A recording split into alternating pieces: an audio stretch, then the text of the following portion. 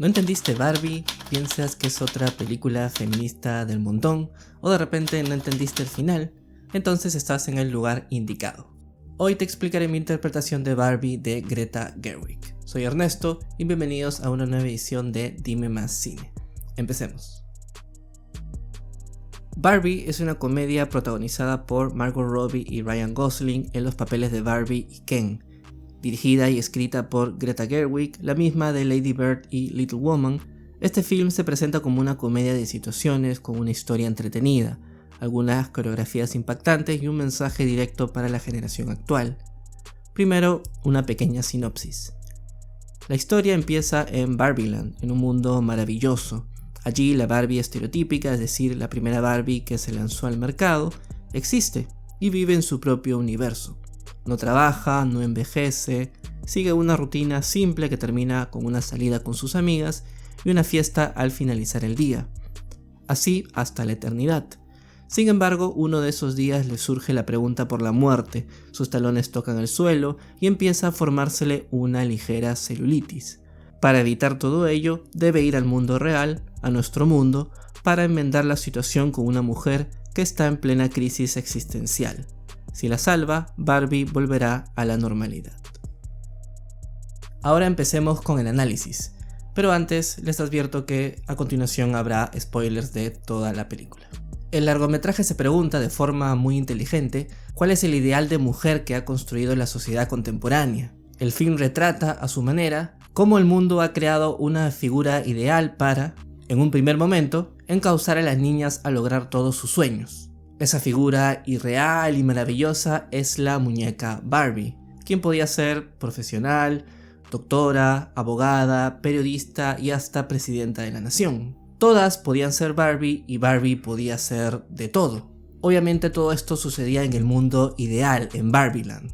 Así, la muñeca de Mattel, creada en 1959, fue el símbolo indiscutible de una forma de liberación femenina. Sin embargo, la película señala que debe darse un paso más allá. No basta con que Barbie pueda hacer, en el mundo ideal de Barbieland, lo que los hombres son en el mundo real, sino darse cuenta de que los Ken no son meros actores secundarios, sino que sus vidas valen tanto como las Barbie, una metáfora de la relación actual entre ambos sexos. Entonces podemos deducir que la distinción entre Barbieland y el mundo real es una relación alegórica. Cuando Barbie y Ken visitan el mundo real, verifican que las mujeres no poseen los trabajos más comunes, sino los hombres. Por otro lado, las mujeres no viven en una utopía como ella, sino que sufren las consecuencias del día a día, del trabajo, de ser madres, hermanas, novias, etc. Es decir, Barbie se entera de la diferencia entre el mundo ideal donde estaba viviendo y la realidad. En otras palabras, se golpea fuertemente con esta realidad que la interpela, la de ser mujer hoy en día.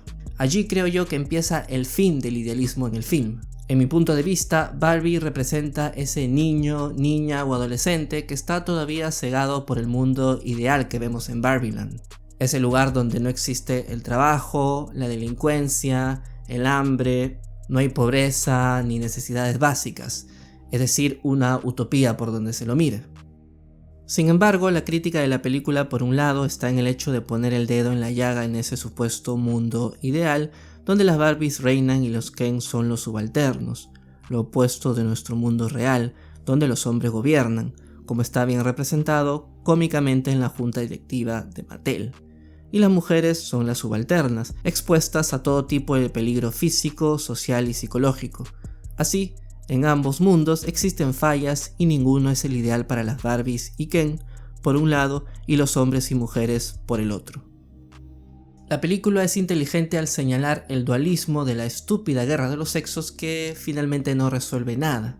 Cuando Ken regresa del mundo real, lo único que provoca es un cambio de roles. Los hombres así empiezan a ser servidos por las mujeres. Esta posición, como vemos, es una crítica a un tipo de feminismo que propone de que las mujeres tomen solamente el lugar de los hombres para que su situación mejore. Pero como está representado en la película, no resuelve el problema de fondo, sino que mueve el problema de un lugar a otro, ya que ahora vemos que las Barbies son las explotadas por los Ken. Entonces, ¿cómo resuelve la película este atolladero?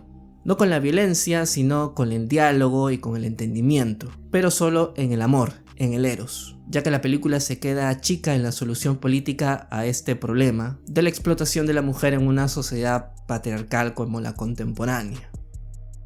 La pareja que representa el clásico problema entre los hombres y las mujeres es la relación entre Barbie y Ken.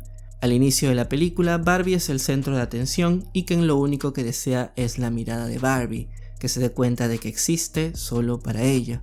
Su personaje solo está para complacerla y sueña con que llegue el día en que ella lo vea como el hombre de su vida. Sin embargo, en Barbieland eso no es necesario, ya que el deseo sexual, como vemos, no existe. Todo cambia cuando Barbie se da cuenta de su mortalidad existencial, se pregunta por la muerte, y me parece genial que sea de esa forma porque es la pregunta crucial de la mayoría de religiones en el mundo, y es, sin lugar a dudas, la primera pregunta filosófica que trató de responder el ser humano. Según el psicoanalista francés Jacques Lacan, los animales, a diferencia de los hombres, son inmortales, porque no poseen el significante de la muerte, es decir, no saben que existe esta muerte. Por ese motivo, ellos se sienten inmortales, ya que no estarán conscientes cuando fallezcan. Esa es la gran diferencia entre ellos y nosotros. Ese despertar de la conciencia de Barbie es análogo a la madurez en las personas, tanto de niñas, niños y adolescentes, ya que en algún momento de sus vidas se darán cuenta de que deben trabajar, envejecerán, pasarán penurias y demás. Esa carga de la vida adulta está bien representado en el personaje de Gloria, interpretado por America Ferrera. Ella, en plena crisis emocional, debe también ayudar a Barbie en su crisis existencial. Para ello, debe organizar una revolución contra los Ken. Aquí entra a tallar el monólogo de Gloria frente a las demás Barbies. Detalla con sumo cuidado cómo las mujeres deben actuar en la sociedad actual para que sean catalogadas como buenas mujeres. Porque si se salen del molde serán señaladas como defectuosas, locas, envidiosas y etc. Todas las categorías negativas.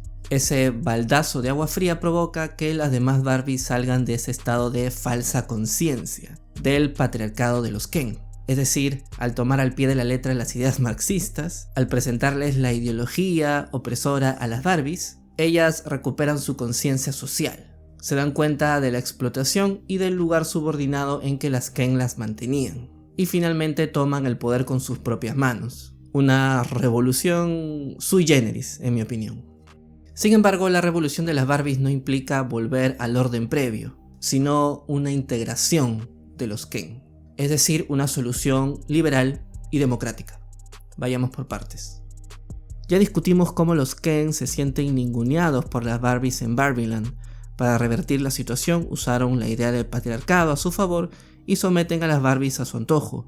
Cuando las Barbies retoman el poder, Barbie confronta a Ken, que aún piensa que su único objetivo es que Barbie lo ame.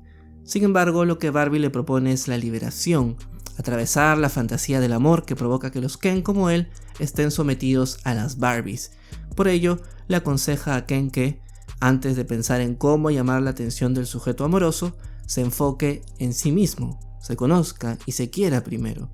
Luego puede pensar en el amor y no centrar toda su existencia en la búsqueda de la pareja. Tal como la solución de Gloria a la sociedad patriarcal de los Ken, Barbie utiliza ese discurso para convencer a Ken de atravesar la fantasía del amor cortés y enrumbar su vida hacia su propio desarrollo personal. Para entender el final, vemos que Barbie tiene una conversación con su propia creadora, Ruth Handler, quien la empuja a buscar su propio destino. Y, como se lo dijo a Ken, debe alejarse de la ideología propuesta por la sociedad actual para las mujeres como ella. Barbie debe alejarse del mundo de fantasía de Barbieland, alejarse del idealismo propuesto por la sociedad contemporánea, enfrentarse directamente a la realidad y enfocarse en sí misma. Por ello vemos que acepta ser un ser humano más. Y el primer paso, importantísimo, es aceptar que es una mujer. Y por lo tanto, como lo haría una adolescente, debe ir al ginecólogo. Que tiene como significado, en mi humilde opinión, que Barbie ha dejado ya detrás el idealismo de Barbieland y está en pleno proceso de madurez. Así, Ken y Barbie, cada uno a su manera, se han liberado de las ataduras del mundo ideal y deben enfrentar ahora la realidad con sus activos y pasivos para construirse como individuos libres. Esa es mi crítica y análisis de Barbie de Greta Gerwig. ¿Cuál es la opinión de ustedes? ¿Les gustó el video o no? ¿Están de acuerdo con mis opiniones? Escríbenla aquí debajo en la bandeja de comentarios. Y si quieren ver un video parecido a este, por ejemplo el análisis de Oppenheimer, pueden darle clic aquí. Y no se olviden que en Dime Más siempre te decimos más que los demás.